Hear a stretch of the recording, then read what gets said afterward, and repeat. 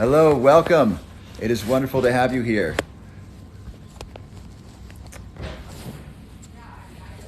Hello, hello. We are talking about brain healthy supplements. So please write your questions in the boxes. I'll do my best to answer as many as I can. I'm writing a book about brain healthy supplements, and I want to know what questions you have about Alzheimer's disease or dementia or optimal brain function and supplements. So please put your questions in the comments. I'd love to answer them. It's so lovely to have you here. My name is Robert Love. I'm a neuroscientist. I'm not a medical doctor. Please talk to your medical doctor before doing anything that affects your health. It's a new selfie stick. I don't quite know how to keep it stable here. Keeps on falling back. Let me fix that. All right, I think that's better. Or nope, that's worse. If I go this way, maybe that'll work. Great, I'd love to see your comments. Questions, do a flip. I'm not able to do a flip, Michael, but when I can, I would love to do a flip live. That would be lots and lots of fun. So please let me know what questions you have about Alzheimer's or dementia and supplements, ADHD and supplements, and or Carmi, I found you a few days ago and I've bought almost everything you recommended. Awesome, how do you feel? What differences has anything arrived? I'd love to know any differences that you've noticed, and I'd also like to know what it is that you've bought, because I take a lot of supplements. I invest a lot of money in my health and a lot of time and energy doing the research to know what to buy, and so I'd love to know what it is that you've chosen to buy and how it is that you feel.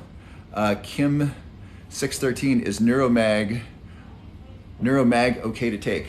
I'm assuming Neuromag is a form of magnesium.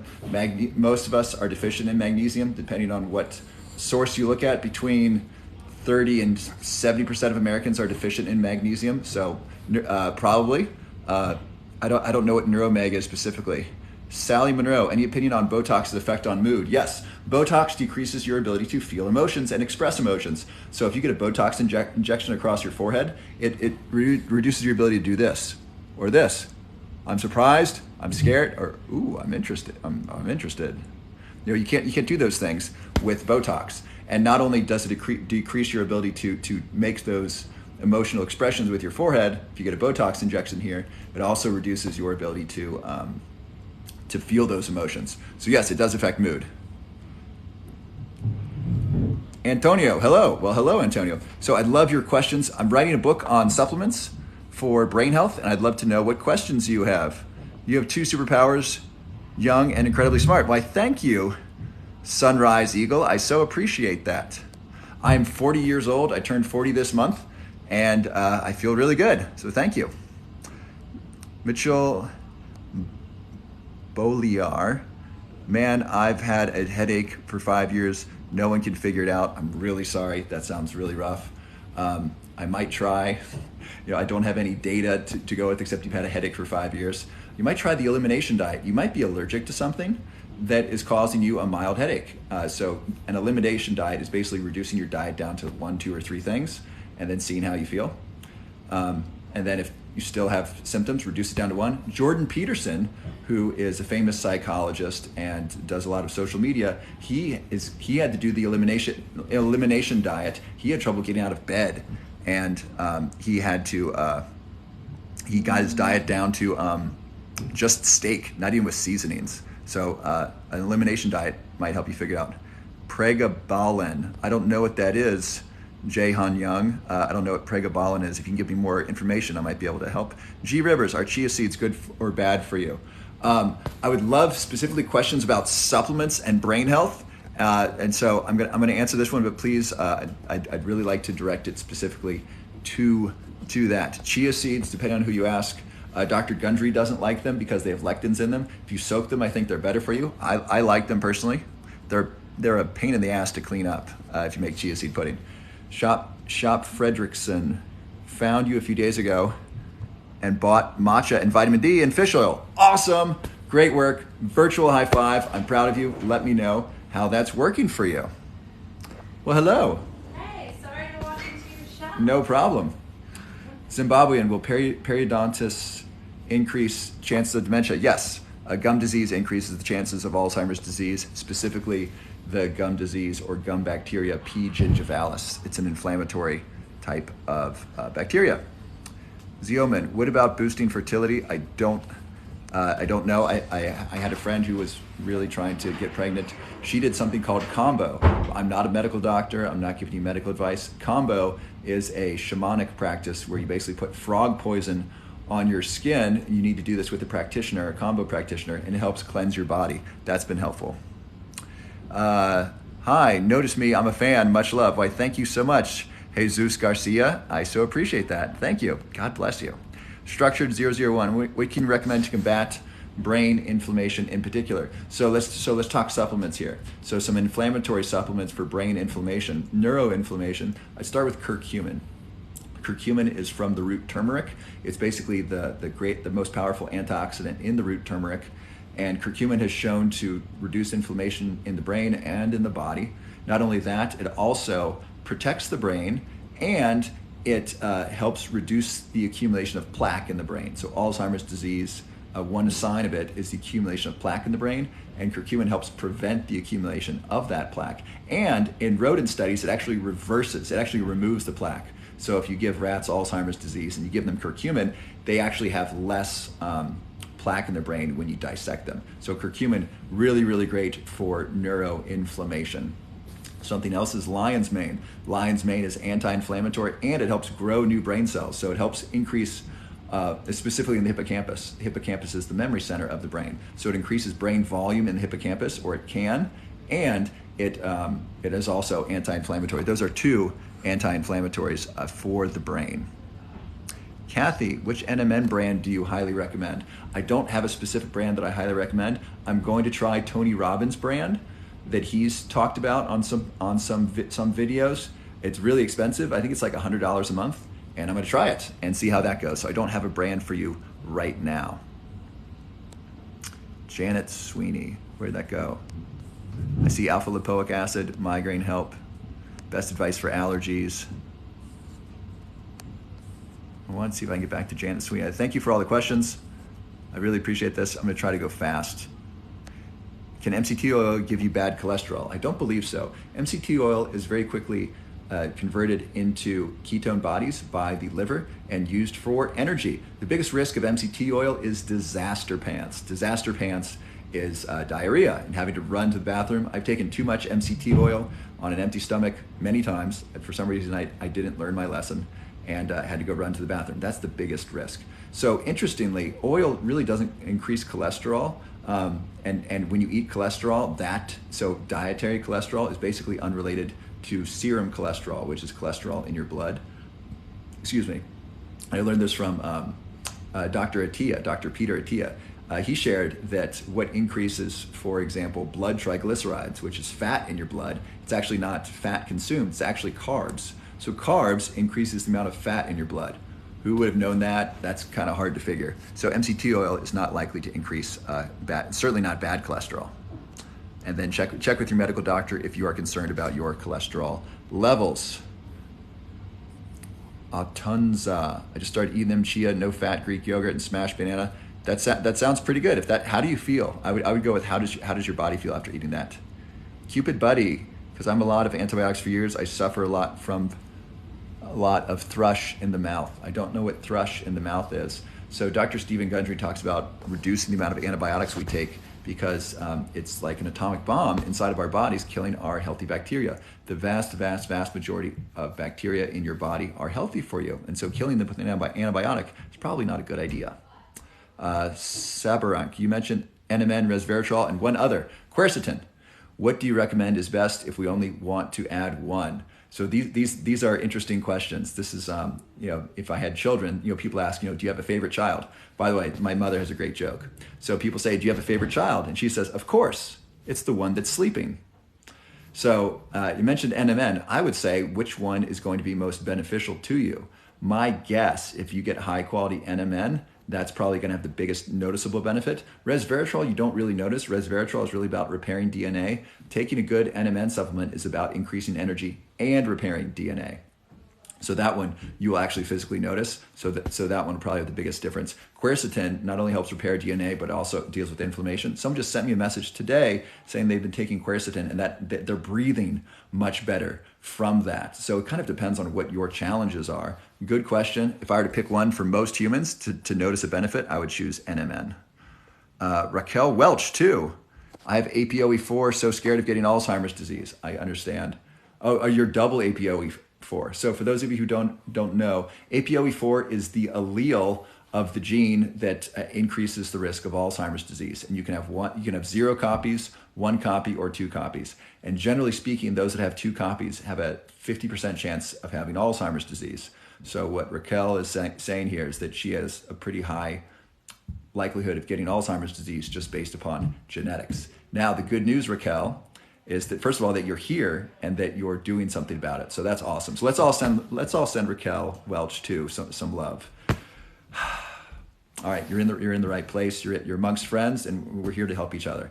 And so Raquel, I want you to do something for me. I want you to get the book The End of Alzheimer's Program by Dr. Dale Bredesen. You can get it on Amazon. You can get it from I like Better World Books. It's another bookseller online. Get the book and read it, and then he talks about a group of people that are APOE4 have 2 versions of that, and they're doing the program together, and they're greatly reducing the risk of Alzheimer's disease. So I understand that you're scared. That's a very rational thing to be scared of Alzheimer's disease based upon your genetics, and there are many, many things you can do.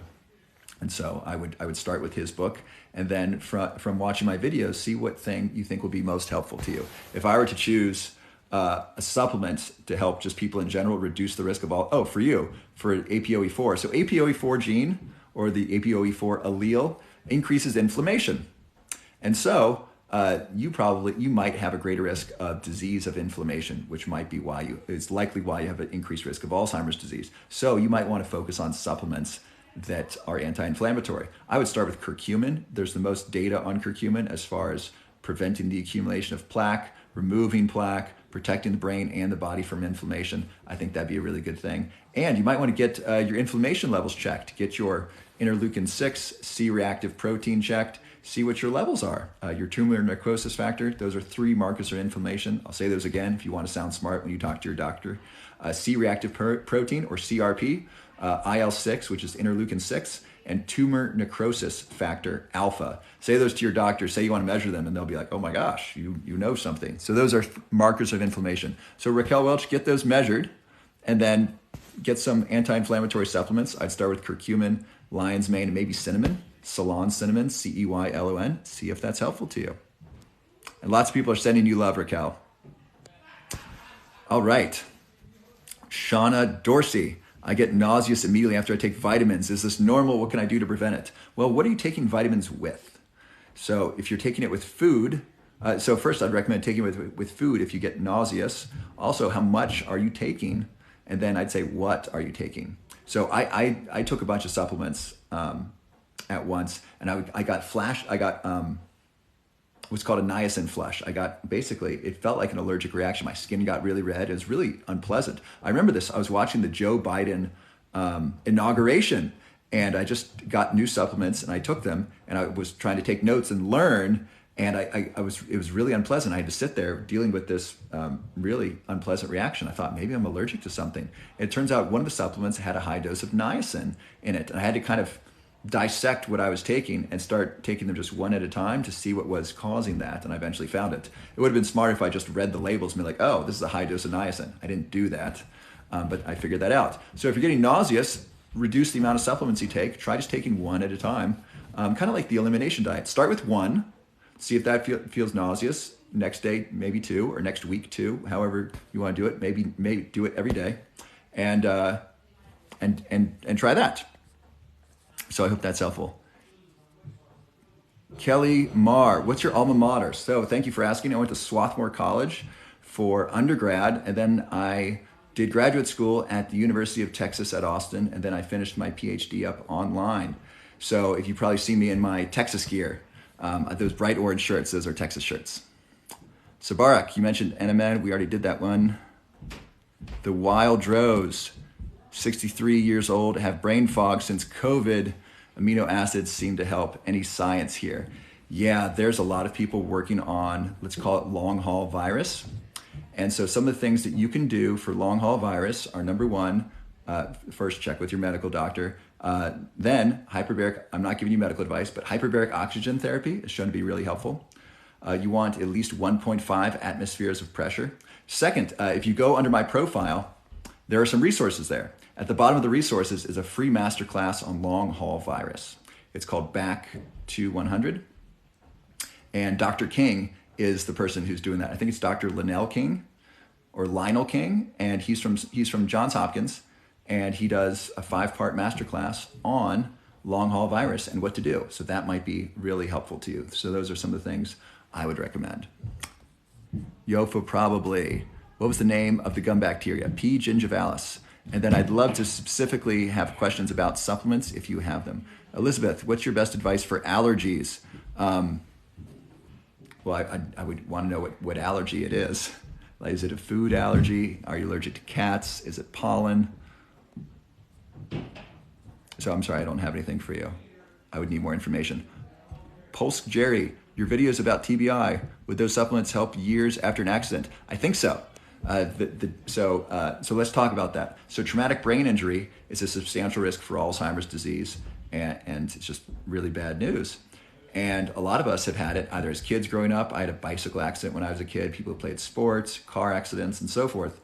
And then, so we lose some brain function sometimes from TBI, and it takes a while to get it back, if we get it back. There are some supplements that have shown to be helpful for TBI. Here are some of them. First is oxiracetam, spelled O-X-I-R-A-C-E-T-A-M. Would someone type that in the chat so that way people know how to spell it? Oxiracetam. It's not approved by the FDA for anything. It is legal. You can buy it. It's legal to sell it. It's legal to use it. And what it does is it increases acetylcholine. Studies on both humans and animals showed that, actually it is humans and animals, I remember reading multiple studies on this, that those who take oxiracetam after TBI, they recover brain function. So the mice, they'll hit their brains, or they'll inject them with something that hurts their brains. Then they'll give them oxiracetam, and then those mice will learn the maze faster than the placebo mice, for example. And then humans, I think humans took oxiracetam 6 months to 3 years after a traumatic brain injury, and it got better.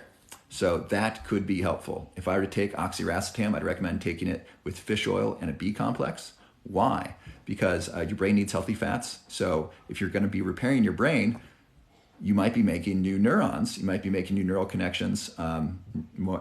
So you probably want healthy fats to make those. So eat fish oil, and then a B complex vitamin, because that helps make neurotransmitters. I'd also recommend alpha GPC. Alpha GPC is a precursor to acetylcholine.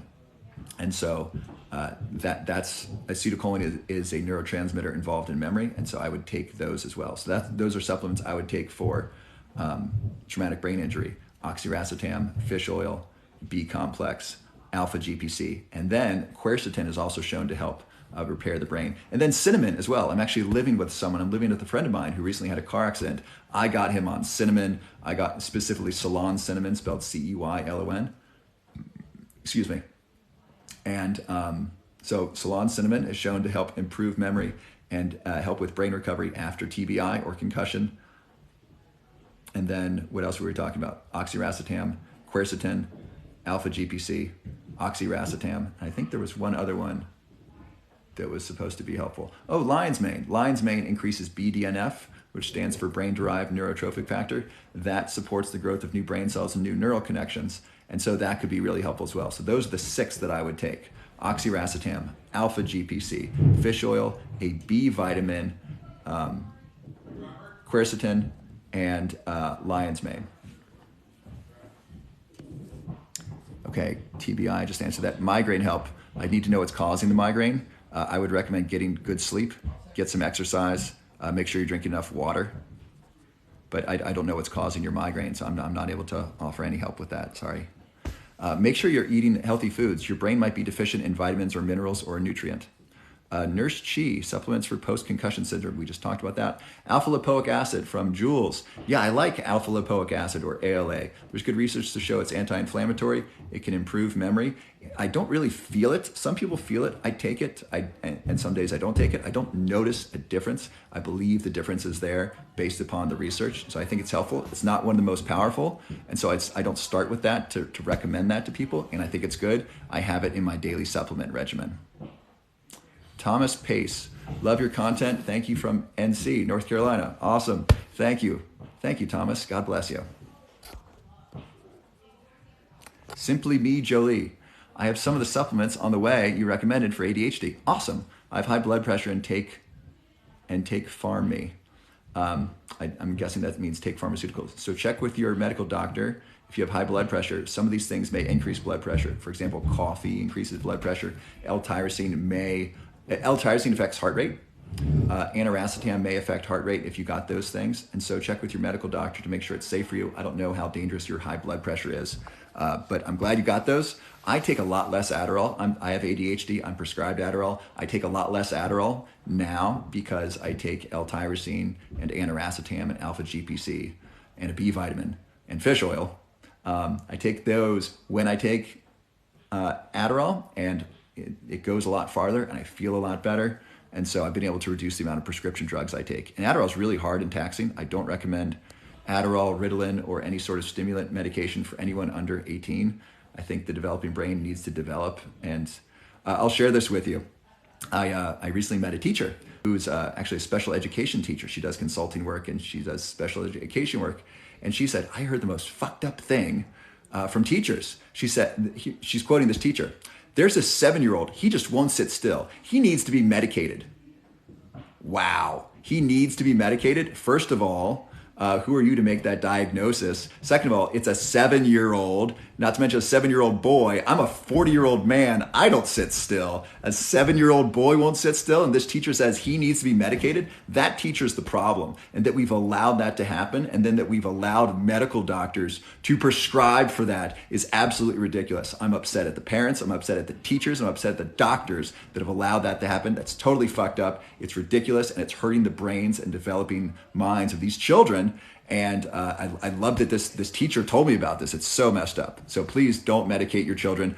I'm not giving you medical advice, but I think it's a really bad idea. I think I'm shorter because of the Ritalin I took growing up. I'm 5'11". I'd like to be 6 foot, or I'd like to be 6'1". And I might have been if I'd eaten more growing up as a kid.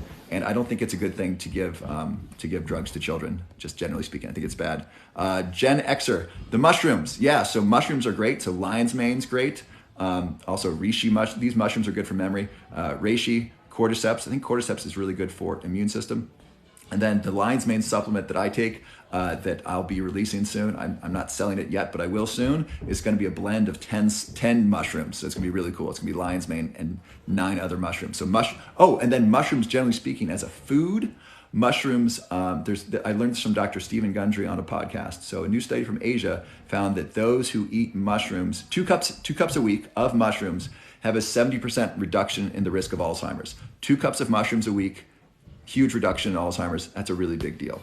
Also, sauna. The research from Finland, those who do sauna 4 to 7 times a week, for 20 minutes at a time, have basically a 50% reduction in the risk of heart disease, stroke, and dementia.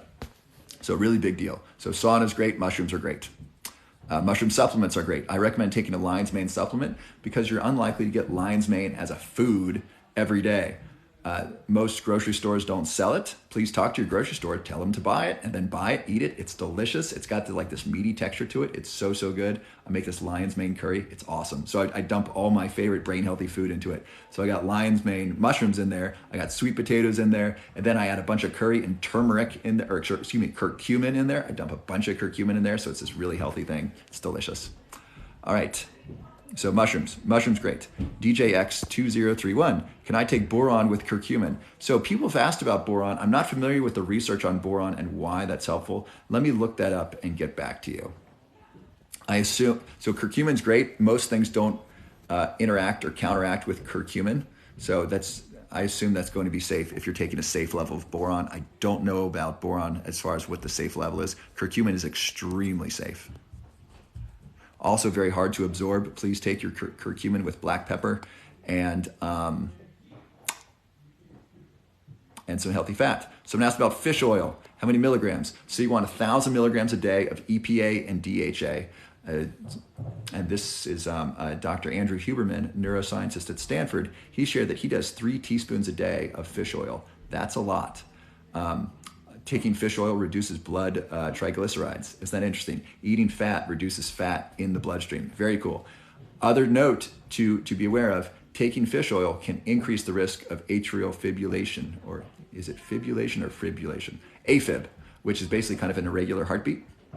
So for some reason, fish oil is great for the heart, great for the brain, and increases the risk of AFib. We don't know why that is. Just be aware of that. This is a really good question from Jasny314. What are drugs that block acetylcholine? There are a bunch, and because there's so many, I really don't want to list them. And frankly, there's so many new ones coming out. I just don't want to spend my time learning that. And so if you're taking a prescription drug, look it up and see if it blocks acetylcholine. Ask your pharmacist, ask your medical doctor if it blocks acetylcholine. If it does, ask, is there a safe substitute that you can take? And so you need to take personal responsibility for this, because how do pharmacists and medical doctors keep up? They don't. They have a big software that tells them what interacts with what, because there's so many new drugs coming out. It's not reasonable to ask a human to learn them all and learn all the interactions. So software does it. So do some research for yourself. Look up, search the name of the drug that you're doing. Look what neurotransmitters it affects. So if you're taking a statin, say, what neurotransmitters does this statin affect? It probably won't say any, and it might say it affects coenzyme Q10. And so you might want to supplement coenzyme Q10 if you take a statin. By the way, statins decrease CoQ10, and this is one of the reasons why they have such bad side effects. And so if you supplement CoQ10, that can reduce the side effects of statins. So if you're taking a prescription drug, do some searching. What neurotransmitters does this drug affect? Or just search the name of the drug and then neurotransmitters. See if acetylcholine's on there. If it is, talk to your doctor or pharmacist and say, what else could I take that would do the same, have the same benefit, but not reduce acetylcholine? And the reason this person's asking is that drugs that block acetylcholine are shown to increase the risk of Alzheimer's disease. And this is it's a huge effect. So if someone takes a drug that reduces acetylcholine for 6 months, that increases the risk of Alzheimer's disease by 40%. That's massive. We're talking with Raquel Welch. Her genetic predisposition increases her risk by 50%. If someone takes this class of drugs, it increases their risk 40%. These are huge things. And so this is very avoidable if medical doctors and pharmacists knew what was happening. It was really not the pharmacist's job to edit your prescription. If medical doctors understood the risk of these drugs, and if patients were better informed, a lot less people would be getting Alzheimer's disease because of the prescription drugs that they take. Best NMN brand, Missy Sue. I'm going to try Tony Robbins' brand. He says his is more shelf stable. I'll let you know how that goes. Can you talk about pills in my blue box, please? Okay, so I did a video and I showed some supplements that I take in the morning, and I either take the purple or the blue. One of them has resveratrol in it, the other one doesn't. The reason is Dr. David Sinclair, he's a Harvard geneticist, he found that giving mice resveratrol increased their lifespan. Not only that, but those who took resveratrol every other day, so one day on, one day off, they lived longer than those who took it every day. And so I don't know if this is the right thing to do. People have commented, dude, you're not a mouse. I know, I'm not a mouse. I'm glad I'm not a mouse. But oftentimes, animal research is generalizable to humans, not always. In this case, I think it is. And so I take resveratrol every other day rather than every day. I don't know if that's correct. It might be take resveratrol every week, 1 week on, 1 week off. I don't know. But I do every other day. So I'll take it 3 to 4 times a week. And so that's half the pills. I think the purple pills have resveratrol in them. The blue pills, the blue pill boxes do not have resveratrol. They also have NMN and quercetin. So I take these supplements together in the morning. So in the blue pill box is resveratrol, quercetin, and NMN, and then I take that with fish oil and a B complex in the morning. Feels great, and I'll take that with coffee. So that's what's in that. Do not trust this person. They basically said they know the cure of Alzheimer's. That's Colin Burke. So that's really interesting, Colin.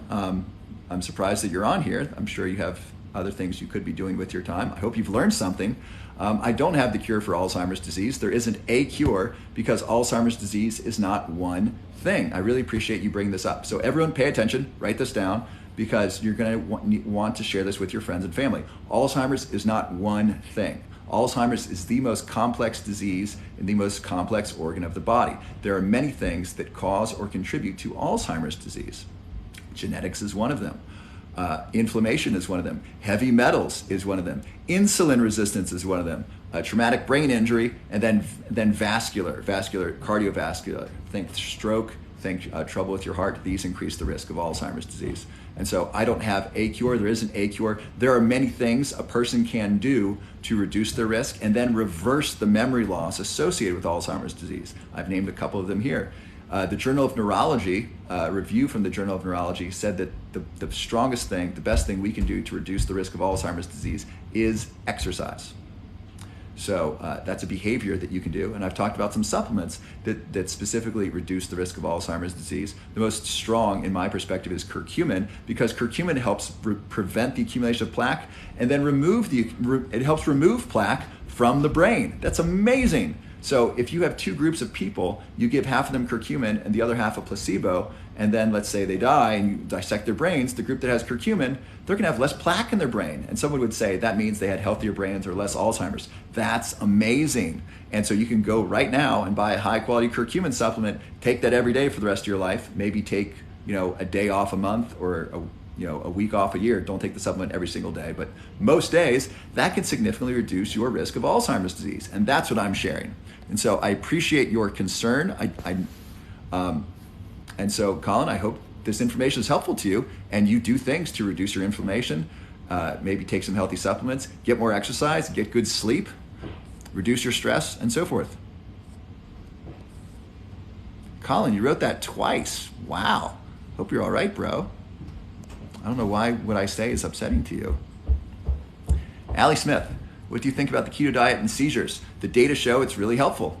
If you have seizures, I recommend working with a functional medicine doctor or a keto diet coach and doing it. But keto's also been shown to be helpful for not only Alzheimer's disease. Again, check out the work of Dr. Dale Bredesen. By the way, I want to give credit to Dr. Bredesen. He's the one who cracked the code of Alzheimer's disease. He's the first person to stand up and say, hey, this is not one disease, this is many diseases. There isn't one risk factor. There are at least 40 risk factors for Alzheimer's disease, and only by addressing all of them, or most of them, can you significantly reduce the risk of Alzheimer's disease. So I want to give credit to Dr. Dale Bredesen. I talk about his book a lot. Please get his book. It's a great investment. And so he talks about the keto diet for preventing dementia as well. Date Mike. Hello, vascular dementia, thoughts on how to help it? Excuse me. So vascular dementia is a fancy word for stroke. So how to prevent it? Well, according to the research, Viagra. So there has been a published study at the end of 2021 with over 1 million people. It was a large insurance study, and they found that those who take Viagra had a 69% reduction in their risk of Alzheimer's disease. Why is that? Viagra is it's a heart medication. It increases blood flow to the body, to the genitals, and to the brain. If you increase blood flow to the brain, that can reduce the risk of Alzheimer's disease. And so Viagra could be helpful for stroke recovery, oxiracetam. So same thing with TBI. So think of a stroke as damaging the brain because it reduces oxygen and blood to a part of the brain for a period of time, deprives it of nutrition, parts of that brain atrophy or die. Think of that like getting your head smacked. So the same protocol could be helpful. Oxiracetam, alpha GPC, a B vitamin, fish oil, and quercetin. I would check that out. So that might be helpful for vascular dementia. And then Viagra. By the way, Colin Burke, if you are still on here, please ask to join the thing. I'd love to chat with you and find out why you think what you think and how we can help you. So Laura, I see that you want to talk. I'm going to decline you for right now. I have a lot of questions, but I'd love to just, if Colin's on here, I want to find out what's, how come he's upset about the knowledge that we're talking about here. And I really do my best to cite the science and to talk about what's proven and not about crazy theories. And so, so I'm really trying to do my best here and cite the science. Beef liver and seed oils, comments. So liver is really rich in nutrients. Liver is rich in choline. Liver and egg yolks are rich in choline. Choline is a nutrient that we need to make acetylcholine, which is a neurotransmitter involved in memory. So beef liver is pretty good. You probably want to make sure it's from a healthy cow.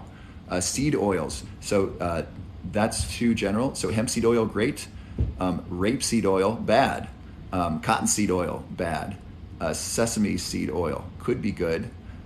Safflower oil, bad. So seed oils, you need to be more specific. Generally speaking, seed oils aren't that good, but hemp seed oil is great. Jasny 314, what drugs block acetylcholine? We already talked about that. I'm 23, am I too young for NMN? Talk with your medical doctor, and probably not. I wish I had this data when would I have started taking these things? I don't know. I might have started taking these things at 16. I don't know if that's good or not. Or maybe take them when you're the perfect age. So if you like the way you look right now and you like the way you feel right now, maybe start taking NMN right now and see if you can preserve your age. Colin Burke, how many times did you post? I keep on seeing your thing up here. This is kind of funny. Megan Steele, what if you've been taking Benadryl most days for 10 years during your 20s? Would that increase Alzheimer's disease? Yeah, that could. Benadryl blocks acetylcholine. I think Benadryl, for some reason, is one of the ones that's not associated with the risk of Alzheimer's disease. I think taking Benadryl most days for 10 years, that sounds really dangerous to me. Check with your medical doctor, and I would try to find another way of getting healthy sleep. Crystal Marie, and by the way, I don't recommend really taking anything every day for 10 years that's like an over-the-counter drug. These are things like Tylenol or Advil or Benadryl or allergy medication. Every day, taking a medication I don't think is really good. Supplements are different, and I'd also recommend cycling on and off supplements. Supplements are meant to be like nutrition. An example of something that I don't recommend taking every single day unless you're over 65 is aniracetam. I don't take it every day. I take it a couple times a week. And so I don't recommend taking an over-the-counter drug every day. I think that can have harmful effects. How many milligrams of fish oil? 1,000 milligrams of EPA, 1,000 milligrams of DHA is really good for both mood as well as brain health. What kind of mushrooms is good? My favorite is lion's mane. I will.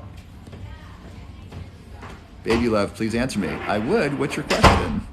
Mom first. Hello. Can you explain shrinking brain? Yeah, as we age, our brain actually gets smaller, and it especially gets smaller in the brains of those with Alzheimer's disease. And so if you, with dissections, they'll look at a brain, and then someone who has Alzheimer's disease, they actually have a shrunken hippocampus. It's actually gotten smaller. Neurons are dying. And why are they dying? Well, there's a couple reasons. One, the plaque is basically getting in there and is either killing things or preventing nutrition from getting there. And so a way to combat shrinking brain, and I think I saw this on Dr. Rangan Chatterjee. He's a British doctor. He's Indian by descent, and he's a British doctor as far as where he lives.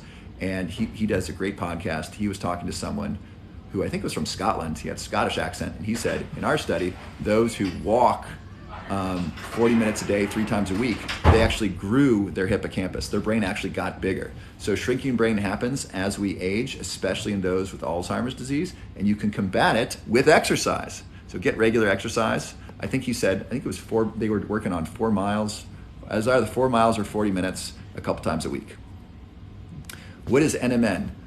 Sabrina stands for Sabrina Benefit Fitness. Stands for nicotinamide mononucleotide. It is a precursor to NAD.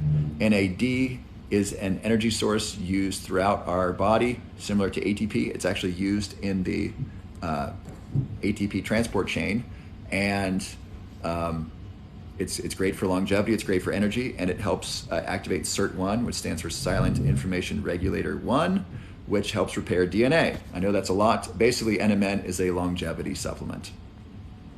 Fish oil and B complex, okay to take every day. I'm 20. Great question.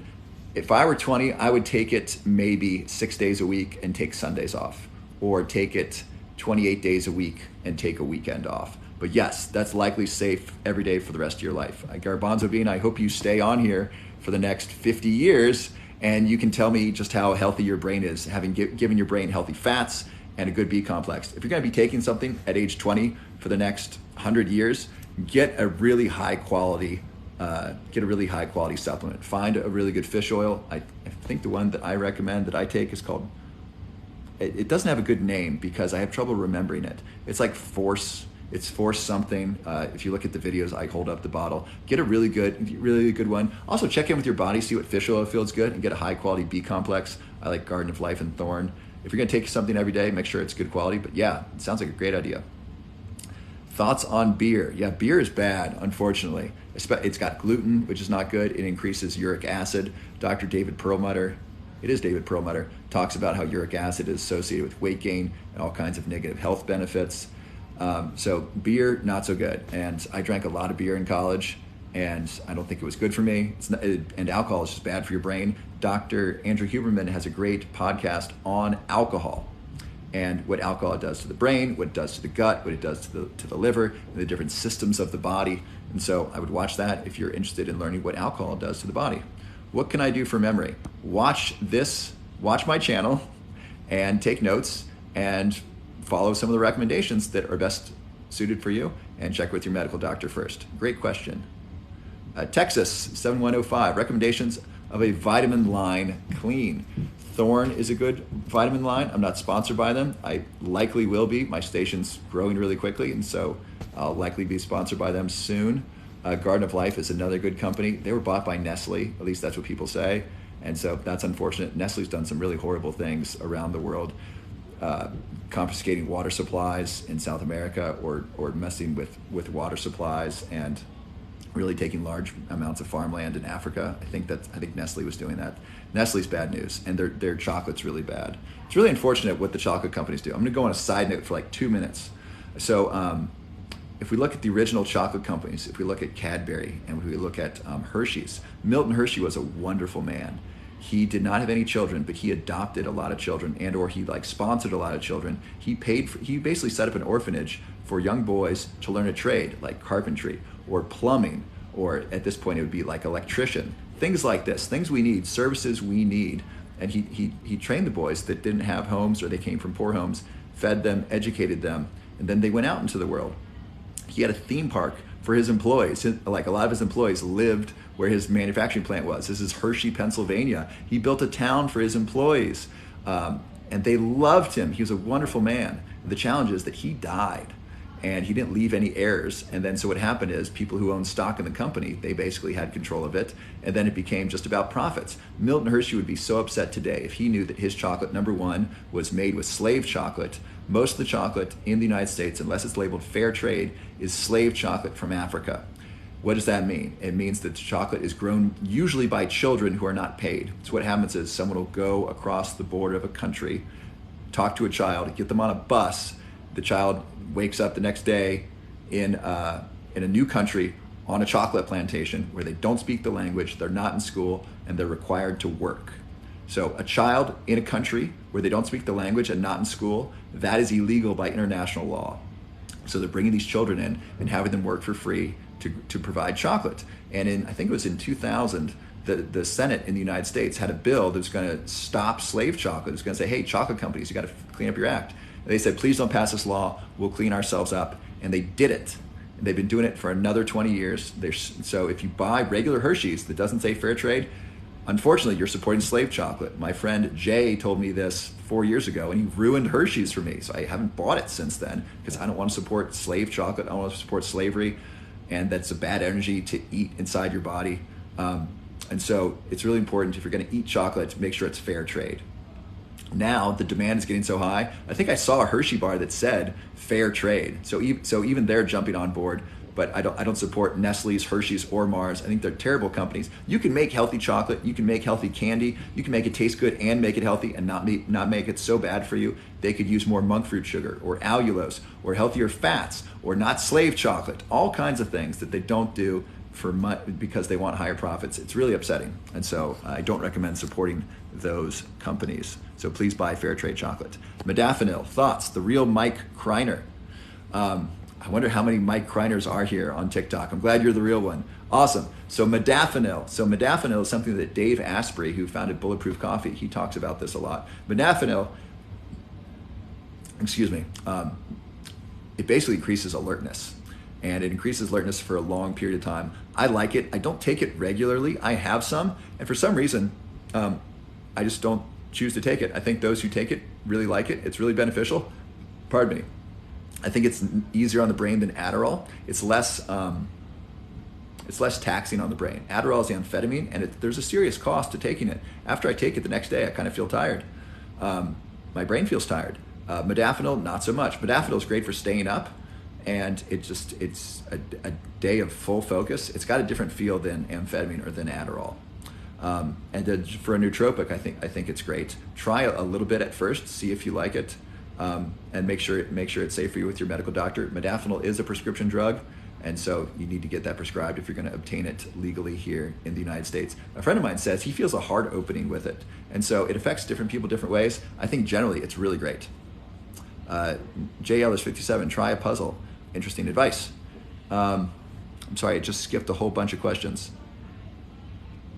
Allie Burke, why isn't modafinil used for ADHD? It is sometimes. I actually went to my doctor. I said, hey, I want you to change my script from Adderall to modafinil. Here's some research. They said, oh, well, here's our research, and we don't think it's as good. And that kind of bothered me. I was like, look, I'm bringing data to support my desire to switch my prescription, and you don't want to do it. That's kind of lame. But yeah, modafinil is used for ADHD in some cases. If you're an adult, request that your doctor look at that. Or if you have a child that you're giving amphetamine to, maybe see if modafinil would be more appropriate, not giving you medical advice. Love Lavender, what water filter to use? So you want to get a filter that filters out heavy metals and fluoride. None of them are good to have in your body. And then you want to add back in minerals. So add magnesium, and you can add in drops of selenium. You add in trace minerals. The company that I like for this is Trace Minerals. I'm not sponsored by them. I've used them for years. They're great. Those are the small little bottles that I hold up in my videos, Trace Minerals. So add that back into your water. But for filtering the water, this is really important. I use a Berkey filter, or sometimes I'll get spring water or a reverse osmosis filter. Those are your three choices. Berkey filter, that's a gravity filter. I like that for survival purposes. So I live in Boulder, Colorado. About 10 years ago, there was a massive flood, and electricity and water didn't work. Well, what are you going to do if you want clean water? Well, you kind of you needed a reservoir. With the Berkey filter, you can just pour water in the top, and then it filters out with gravity down below. A reverse osmosis filter needs energy to function, and so a Berkey filter is it's kind of survival proof, which is great. And then you want to make sure you get the fluoride filters on it. All right, TBI increases the odds of dementia. Yes, it does. That's right, Foxy Miss. TBI increases the odds of getting dementia and or Alzheimer's disease. Yes. Brain fog. So some supplements for brain fog. I would recommend increasing your acetylcholine, so alpha GPC. And then make sure you're getting a B vitamin and fish oil. Make sure your brain has the right nutrients. And then I might go into something like aniracetam. Aniracetam is a nootropic that increases acetylcholine, focus, memory, and attention. Those could be helpful. Those are for supplements. For behaviors, get some sunlight in the morning, get exercise in the morning, and get really good sleep. Exercise is probably the number one.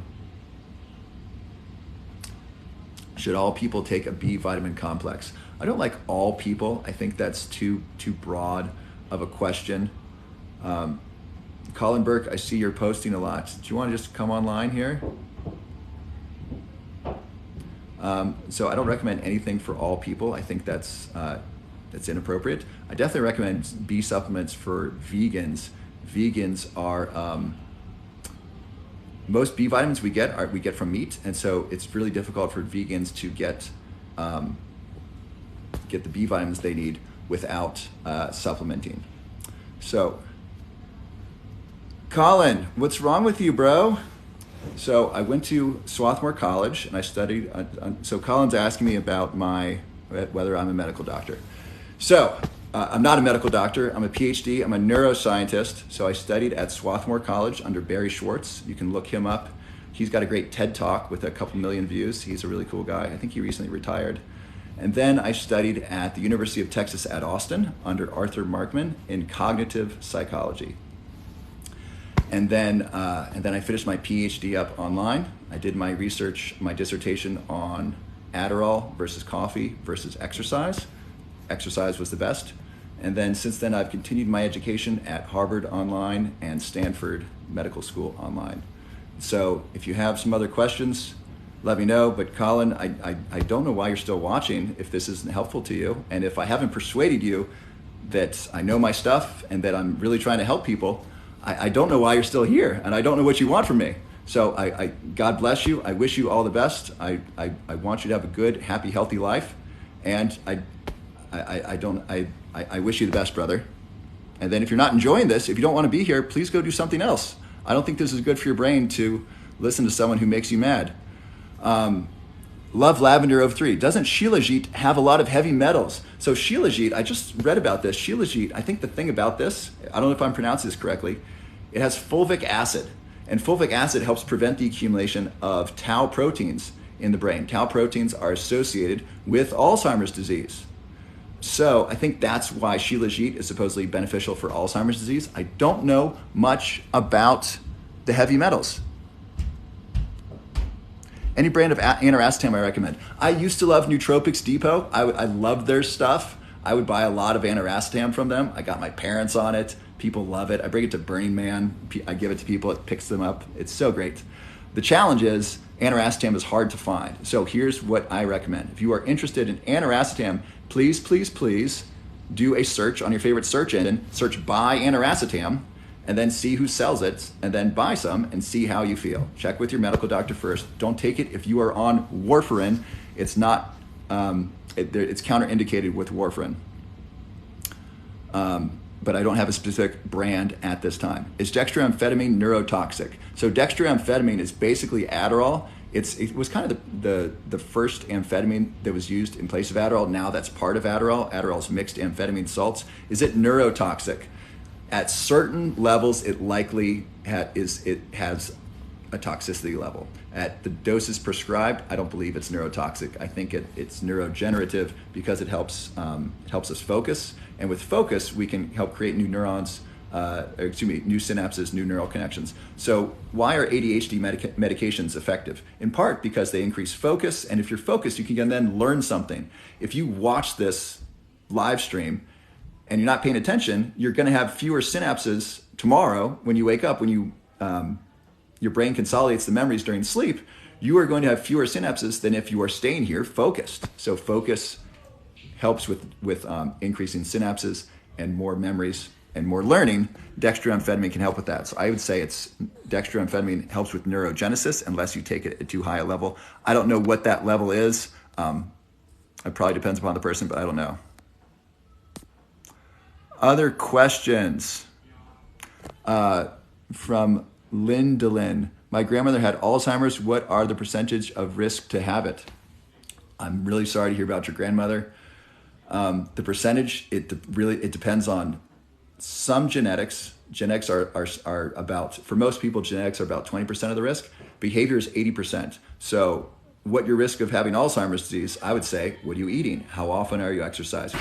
What's your sleep like? What supplements are you taking? Do you have insulin resistance? Do you have heavy metal toxicity? Do you live in a city with low air quality? Do you have good air? Do you get time outside? Do you get a lot of sunshine? Do you have reasonable vitamin D levels? These are the things that I would want to know to assess your risk of Alzheimer's disease.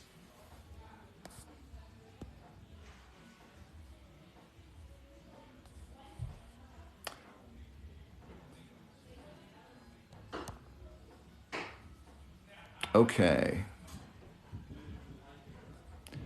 How to decrease uric acid level. Dr. Spicy Taquito. Spicy Taquito! So, uric acid. So Dr. David Perlmutter talks about, first of all, removing things that increase uric acid. I'm really sad to say this first one, sardines. Sardines and some seafood increase the risk of, or not increase the risk, but they increase uric acid. Drink a lot of water to kind of let that out. And then don't eat beer. So I'd eliminate the things that increase them. And then drink a lot of water and see if that's helpful. I'm not super expert on uric acid. Dr. David Perlmutter has a book, I think, something about acid. It's like about dropping acid. It's a play on LSD, so it's about dropping acid. He's got a whole book on uric acid. If you're interested, I definitely recommend his work. I like him. He's a neurologist. He's super. supplements for all over inflammation. I'd start with curcumin. Curcumin is great for neuroinflammation and inflammation throughout the body. This is really cool. I love this study. So they had obese rats, and they made these rats obese. These are mice or rats, I don't recall. And they made them fat with fat, a diet of fat and sugar. So they gave them fatty sugar. And then the obese mites, they either gave them a placebo or they gave them curcumin. And then they dissected them several weeks later. Those that they gave curcumin had healthier organs. Their curcumin actually protected their organs from the damage of obesity. Obesity is damaging not only because you're carrying extra weight and that's damaging on your joints and it's tiring and so forth, but also it causes inflammation. Those that are obese have higher levels of inflammation in their body. That inflammation is damaging to the body, specifically as well as the organs, so the heart, the lungs, the brain, the liver, the kidneys. And so what happens, the curcumin actually protects your organs from the damage of inflammation. So I really like it. Curcumin spelling, C-U-R-C-U-M-I-N. Thank you, New Spice Splice. Hi, James.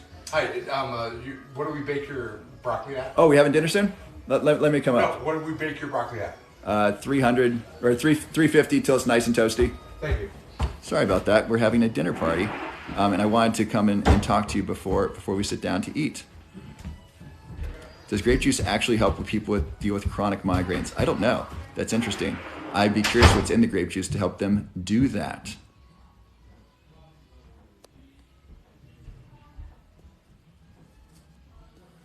I had a genetic test done. This is Elisa Cusano. I had a genetic test done, and I'm at risk of getting Alzheimer's disease. So I'm going to post this lecture on YouTube at some point. And then at the beginning, I talk with Raquel Welch about her risk of Alzheimer's disease. So the good news is your genetic risk is only part of the story. The other part is behavioral. There are behaviors you can do, like exercise, like sleep, like meditate to reduce stress, eat healthy food, take healthy supplements, get lots of hugs. There's lots of things you can do to reduce your risk. I recommend getting Dr. Dale Bredesen's book, The End of Alzheimer's Program. Get that and follow that. And then there's a group of people who have a genetic risk of Alzheimer's disease, and they get together online and talk about what works and support each other. I recommend joining that group. And so I think that's a great thing to do. Lakeside Mermaid, good name. Any suggestions on something for panic attacks? So my station or my channel, whatever it is, my TikTok channel is really about helping people prevent and reduce the risk of Alzheimer's disease. Panic attacks are something specialized that I'm not a specialist in. And so me suggesting something to you is pretty much outside my realm of expertise. What I would say to you, human to human, is I would suggest doing things that would make you a healthy, happy human. So exercise helps me with stress. So I exercise most days. I do my best to get really good, consistent sleep. I do something every day where I feel productive. That helps reduce my stress. And at the end of the day, you say, hey, I did that healthy, productive thing. Get sunlight in the morning. So I would do things to just make you a healthier person, and that might help with panic attacks. Something you can do, and this is for everyone, and then I have an exercise for us to do. So stay right here. If you notice you have panic attacks, or if you notice you feel stressed, write down when that is and what you did just before that. So after observing myself for a while, I figured out I get unpleasant between 3 and 5 p.m. if I don't exercise. I finally learned that. I'm like, hey, it's 3 p.m. I'm really not happy. I don't like this. I don't feel good in my body. I feel tense. This is not good. I finally realized, oh, it's 3 p.m. Time to exercise. When I do that, I just felt much better. Now I exercise between 3 and 5 most days, unless I exercised earlier. And now I feel really good. So write down when you have a panic attack. When do these happen? What did you do before then? What did you eat? Did you take some drugs? Sometimes drinking alcohol the night before might affect it. Drinking too much coffee, something like coffee could do it. Did you just have a difficult phone call? Did your boss walk by? I don't know, but find out what's happening before it and see if you can pin it to that. That might be helpful. As far as reducing stress, L-theanine, the letter L and then theanine, it's an amino acid found in green tea and black tea. It helps with calmness. Also, if you take, I like to take it with coffee. That produces a nice alert calmness. You can take up to 1,000 milligrams. There's no toxicity that we found. There probably is, but you probably get an upset stomach first. If you're having panic attacks, let's say you have panic attacks every day at 2 p.m., regardless of what happens. So at like 1:30, maybe have 1,000 milligrams of L-theanine and see if that helps prevent the panic attack. I'm not giving you medical advice, but that would be something to try. So L-theanine reduces stress, and that might be helpful as a supplement level, but definitely exercise, definitely good sleep, have people you love around you. If you have panic attacks at 2 p.m., maybe get a lot of hugs at 1:45. Maybe do some deep breathing, meditation. Practice Wim Hof breathing in the morning. That actually would be really helpful. Wim Hof breathing is really helpful for reducing stress because it increases stress, and we learn to cope with it through the breathing. Check him out on YouTube, Wim, W-H-I-M-H-O-F-F.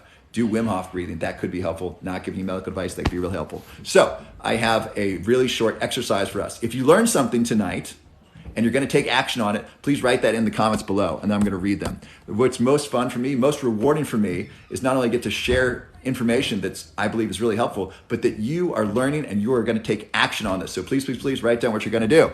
All right, so let's see what people are up to. Please write down any steps you're going to take. So I see 1,000 push-ups. That would be great. Best curcumin supplements. Spicy taquito, look for organic and look with black pepper. You're buying organic coffee. Way to go, Cindy Miller.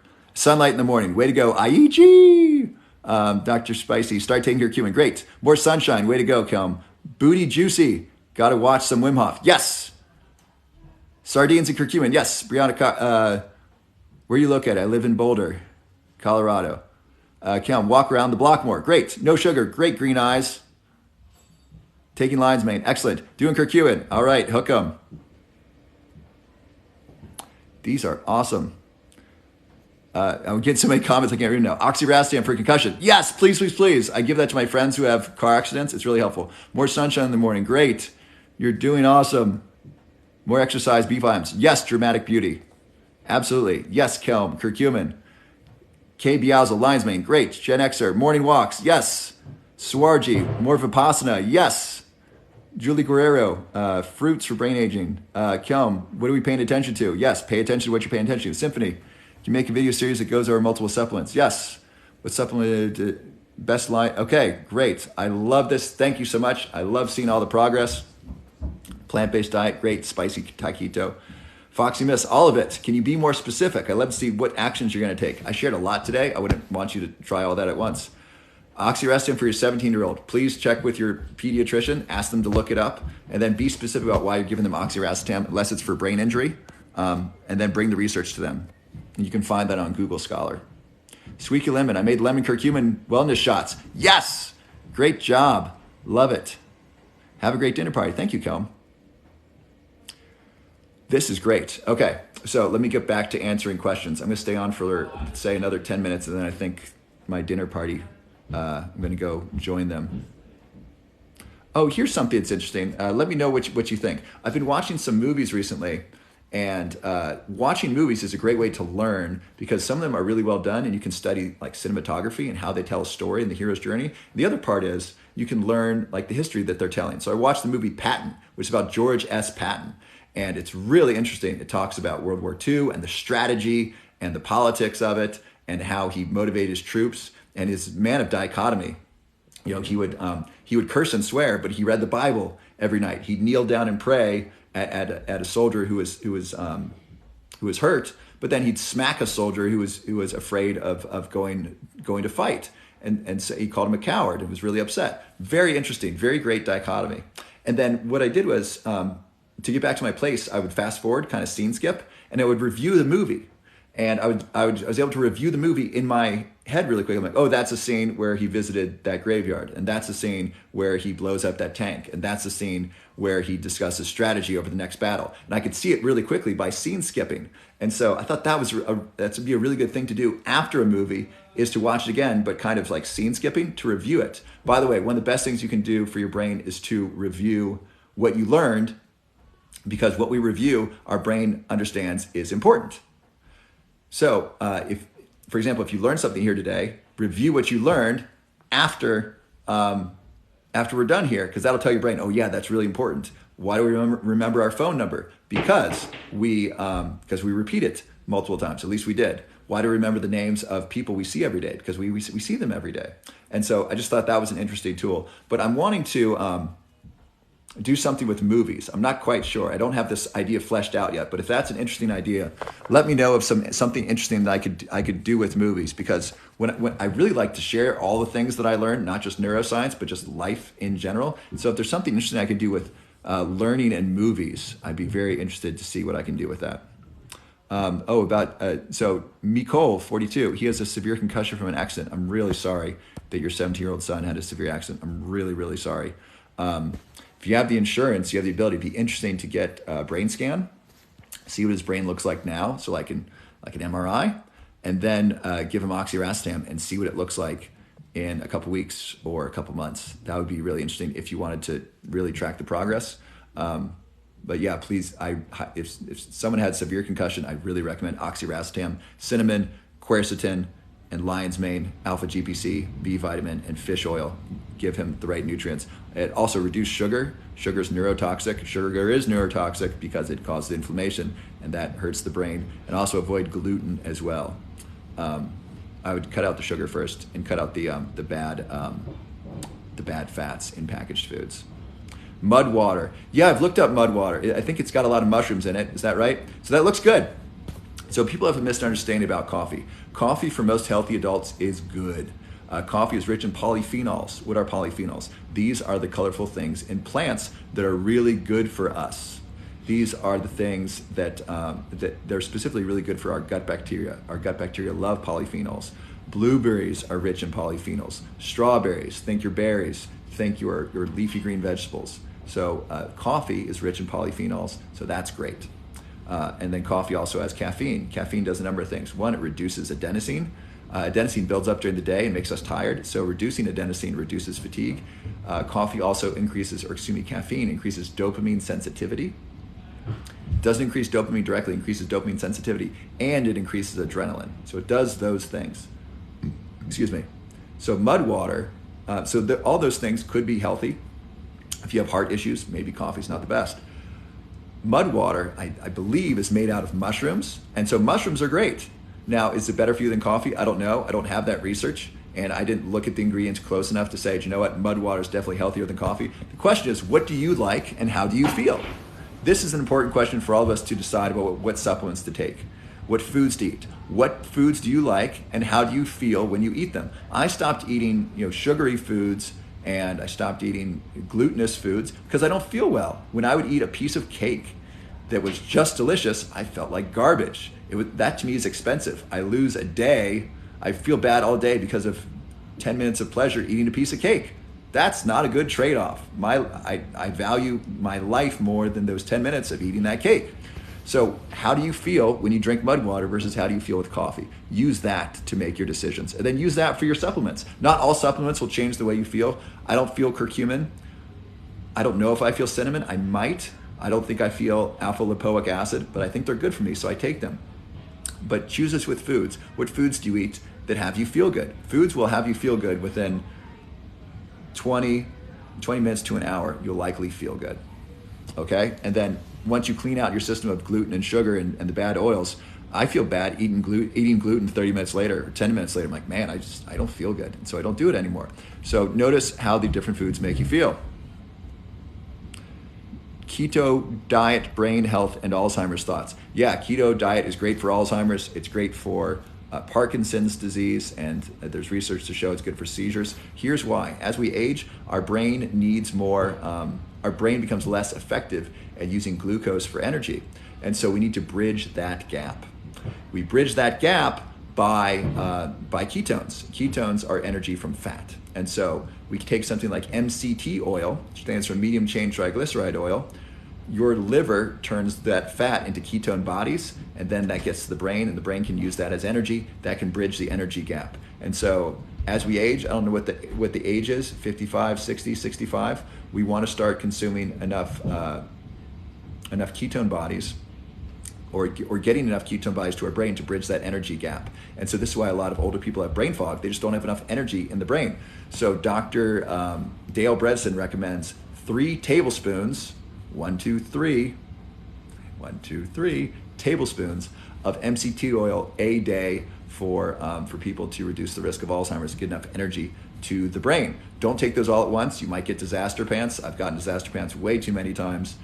So take it with food, put it in smoothies. I like to put it in coffee, not 3 tablespoons. Max, I put 1 tablespoon in coffee, but have a lot of MCT oil, and that can help get ketones to the brain and bridge the energy gap. And that's one of the reasons why keto is so helpful for the brain, is that it bridges the energy gap. Another reason is that if you're eating keto, you're not eating gluten, you're not eating bad carbs, you're not eating refined sugars. So that's great. So it's not only the keto diet and what it does for the brain, it's that what it prevents you from eating really high sugary, high carb foods. So that's a huge benefit of the keto diet as well. Okay, so that was a great question. I'm gonna end on that. You are so wonderful. If you have questions, all right, last exercise, 2 minutes. Write your questions about supplements for the brain. I'm working on a book on brain supplements. I don't know exactly what I'm going to include in it yet, so write your questions about supplements right now. So these could be questions about vitamins, these could be questions about supplements for ADHD, or for improving memory, or protecting the brain from Alzheimer's disease, reducing inflammation. Write down your questions about supplements, and then I'm going to look through the questions, and then I'll answer some of them in the book. So what are your questions? We got CMOS, top supplements for ADHD, supplements for Parkinson's disease. Great. Someone asked if I've written books before. Yes, the books that I've written for on health, I've ghost written, and so I can't tell you what those are. Do we take supplements every day? Great. What time? I will get your book. Thank you, Symphony. I will let you know what happens. Supplements for epilepsy? Great. Double the ADHD comment? Great. I have ADHD, and so I got a bunch of supplements that I take for that. Is alkali water worth it? It's interesting. Supplements for people over age 55? Great. What are the studies about NMN? Great. Vitamins for ringing in the ears. I got one for you. Ringing in the ears, Hydergine, Hydergine, Hydergine, Hydergine. Hydergine. Keep going. Any questions? Supplements for anxiety. How many grams of scallops? I don't know what that question's about. Dementia runs in my family. Collapsed proteins. Supplements for depression. Any other questions about supplements? I'm going to review these to the best of my ability. How do I download these? Can I download comments? I'm sure there's a way to download comments. Okay, great. Any other questions you want me to include in the book? If you have questions about any specific supplements, someone asked about ALA, alpha lipoic acid. I'm surprised no one asked me about NAC, N-acetylcysteine. People have been asking me a lot about that. I don't know why. My sister asked me about that. I think N-acetylcysteine is good. It's a precursor to glutathione. It increases glutathione, and that's important. You can also take glutathione straight, like you can take liposomal glutathione. It's kind of hard to absorb, but that can help. And you can take selenium. Selenium is a precursor to glutathione. So these are all really good questions. I hope I can download these some way. If someone knows how to download, would you please ask to join me and then tell me what to do? Are you a serial killer? Not to my knowledge. No, I don't mean to be funny. No, I am not a serial killer. And you wrote cereal with a C. That's like cereal, like Kix cereal, or Crispex cereal. Cereal, I think, is spelled with an S, like cereal, like it's multiple things. So if you mean, am I a serial killer? Yes, I totally eat cereal. Absolutely. I really like cereal. And it's hard because I got to find gluten-free keto cereal. It's not easy to find.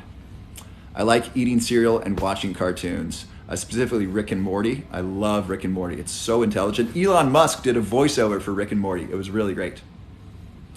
Supplement for diet. Okay, so like losing weight? Is that what you mean? Name of the oil 3 times a day. MCT, medium chain triglyceride. Cereal is bad. Yes, most cereal is bad. I get gluten-free keto cereal, so it's not good, but it's not bad. How important is DHA? So DHA and EPA are omega-3 fatty acids. They're really important, ideally 1,000 milligrams a day. What do I think of CBD oil? It's anti-inflammatory. It helps a lot of people. I take it sometimes. I have trouble sleeping. Not very often. Best form of magnesium? That's a good question. Supplements for osteoarthritis? Good question. Glutathione, what is its purpose? Glutathione is an antioxidant. It's the body's master antioxidant. Freezing. Am I freezing? Or are you freezing? Nicotine good for the brain. Can you smoke it? No, don't smoke nicotine. Lupe, nicotine is good for the brain as a lozenge and maybe as a spray. The spray I find irritates my throat. The lozenge less so. But nicotine is good for your brain. It increases dopamine and acetylcholine. But don't smoke cigarettes. Please, please, please don't smoke cigarettes. Best lion's mane. I take Life Cycle, and then I'm coming out with my own lion's mane product that's going to have a blend of 10 mushrooms. It's going to be really cool. Flintstone gummies cure Alzheimer's. Great question. I will totally answer that. The answer is no. And that, most gummies unfortunately have sugar in them. That's not good. And then the gelatin is of questionable quality oftentimes. But I like that. I like the way you're thinking. I would love to take a single supplement and have that cure Alzheimer's. That'd be great. By the way, if I could have one supplement to cure Alzheimer's, based upon the data, it's aniracetam, and after that, it's huperzine A. I'm doing a huperzine A study if you want to learn more information, but aniracetam reduces memory loss in double-blind, placebo-controlled studies. That's really cool in people with early-stage Alzheimer's, and huperzine A in clinical research from China helps people improve their memory who have early-stage Alzheimer's disease. Great. Thank you so much for the questions. This is great. I love all these questions. I'm going to answer them. And then I want to let you know about some gifts and some resources. If you haven't watched my masterclass, it is 100% free. Go below. So below my profile are a couple of resources. One of them is the masterclass on how to prevent Alzheimer's. You register for free. Oh, someone put something on me. I don't know how you do that. That was cool. Register for free. You also subscribe to my newsletter where I'll send you information via email about how to prevent Alzheimer's disease and have a healthy brain. That's free. That's the first one. And then there's a memory study that I'm doing. If you want to participate, it's huperzine A, and we are testing about how huperzine A improves memory. So if you want to participate, there's a link to that below. My YouTube station, please, please, please, if you like this, I'm going to post this on YouTube. This is too long to post on TikTok. Otherwise, I would post it here. So please subscribe to my YouTube station. That way you can see these long live sessions. And then a link below that is below my profile. And then if you are concerned about long haul virus, there is a free masterclass below in the resources under my profile for long haul virus. And that's with Dr. Lionel King. It's called Back to 100. If you know someone with long haul virus, that could be really helpful for them. Thank you for posting your questions. Do I have a website? Yes, bettermemorysystem.com. That is where you can go. Or bettermemorysystem.com/TikTok is where I have my TikTok people go. So thank you so much. I love you so much. This is so great. I love being able to spend an hour and a half with you in the evening answering your questions. I hope I'm being helpful. I love seeing the actions that you're taking. Great job. I'm really proud of you. Thank you so, so much. Please share what you learned with someone you love. This information is meant to be shared. It can really make a huge difference in someone's life. People write comments, hey, I take lion's mane and I feel better. Or I gave my mother lion's mane and 2 months later, she's better. It's so great. So please share what you learned, take action. Loving the hearts, loving all the comments. Thank you so much. I so appreciate it. I love you. God bless you. And I will see you tomorrow. Bye-bye. I'm just going to stay on and keep reading the comments. It's so nice. Next live is likely tomorrow, probably something around 8 p.m. Mountain. I came on early because of the dinner party, because it's 8 p.m. now. You are so welcome. God bless you. I love you. See you tomorrow.